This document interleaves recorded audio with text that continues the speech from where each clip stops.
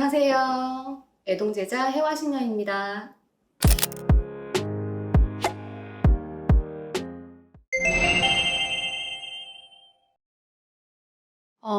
이사할 때 집 알아보는 팁. 일단 이제 저도 이사를 정말 많이 해봤는데, 뭐 지하에서부터 맨 위 옥탑집까지 이제 다 살아봤어요.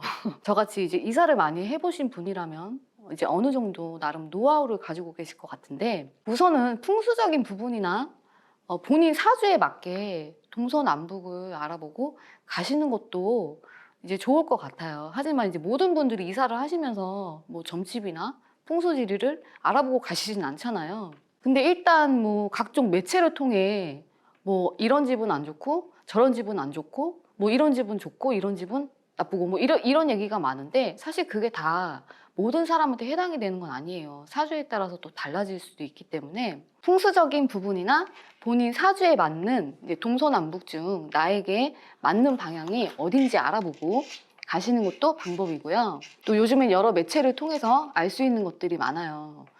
뭐 일단 많이 알고 계시는, 뭐 문을 열었는데 베란다가 바로 마주보고 있으면 뭐 돈이 샌다, 이런 말도 있고, 베란다에서 앞에 집을 봤는데 그 집의 모서리가 내 베란다와 마주보고 있어도 안 좋고, 그리고 또 문과 문이 서로 마주보고 있어도 안 좋다, 뭐 이런 얘기들은 요즘에 매체를 통해 많이 돌아서 많이 알고 계시긴 한데, 그래도 이제 제가 알고 있는 거 좀 몇 가지를 말씀드려 볼게요. 일단 이사를 준비하시는 분들은 집 정리를 다 하실 거예요. 근데 여기서 버리다가 아까워서 못 버리세요. 그래서 그게 좀 문제긴 한데, 망가진 물건, 뭐 안 쓰는 물건, 그리고 깨진 그릇, 또 그리고 죽은 화분 같은 거, 그리고 짝을 잃어버린 물건들, 그리고 이제 당연히 냉장고 청소하시면서 유통기간이 지난 그런 음식들, 그리고 남에게 받은 물건, 그리고 또 중요한 건 깨진 거울. 운기가 깨졌다고 이제 해석을 많이 하시더라고요. 그래서 그런 것들은 이제 싹 아쉬움을 뒤로 하시고 미련을 두지 마시고 싹 버리고 가시는 거를 추천드릴 수 있고요.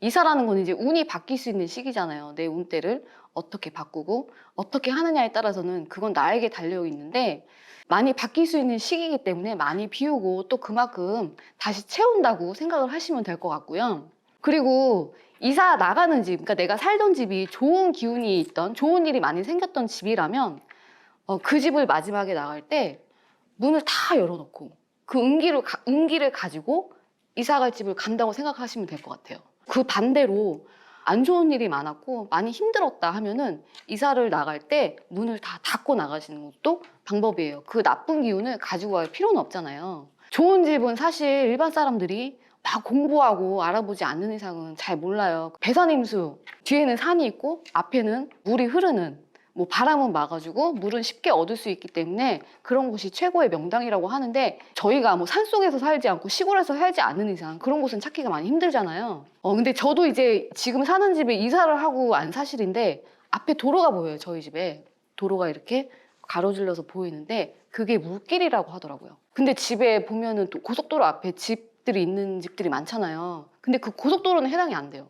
왜냐하면 흘러가는 곳이잖아요. 고속도로는 흘러가는 곳이기 때문에 그런 고속도로는 해당이 안 되고, 내 집 앞에 그 지역에 맞게 도로의 폭도 많이 중요하기도 하지만 적당한 폭을 두고 가지고 있는 그 도로는 그 차들의 흐름을 기운의 흐름이라고 보고 그 도로 자체를 그 물의 흐름이라고 보더라고요. 근데 그것도 동남쪽으로 이제 흘러야 된다. 그리고 그 동남쪽으로 흐르는 도로가 내 집을 싸고 있으면 굉장히 좋다고 해요. 그러니까 무조건 이제 그 도로가 내가 살고 있는 집보다 크거나 너무 작으면 그것도 안 좋다고 합니다.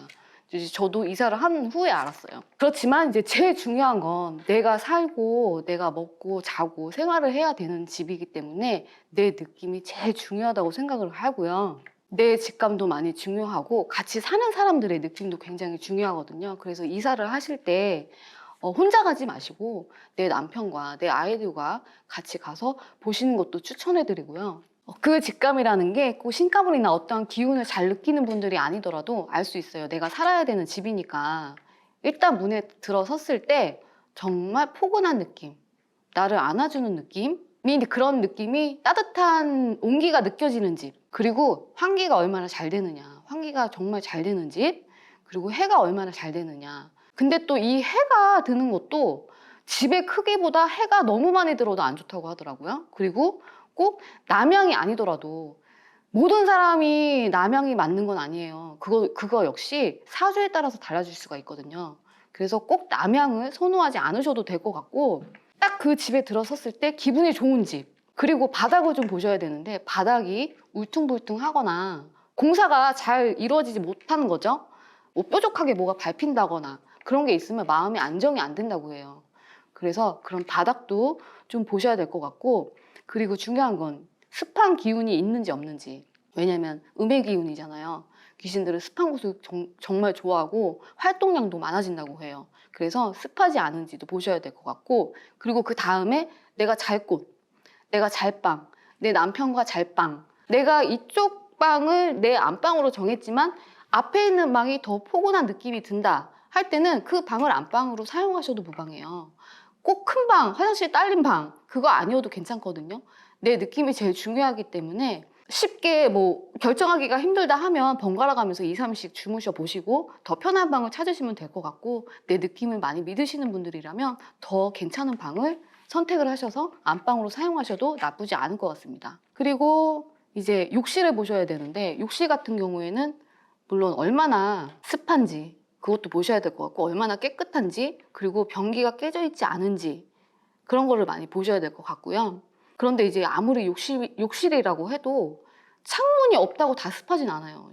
이거는 제 경험인데, 제가 다세대 주택 2층에 산 적이 있었는데 화장실에 창문이 없었어요. 그리고 되게 빼곡하게 건물들이 있어가지고 정말 막 따닥따닥 붙어있는 집들이었거든요. 근데 그 집이 정말 습하지가 않았어요. 화장실에 곰팡이 하나 없었어요.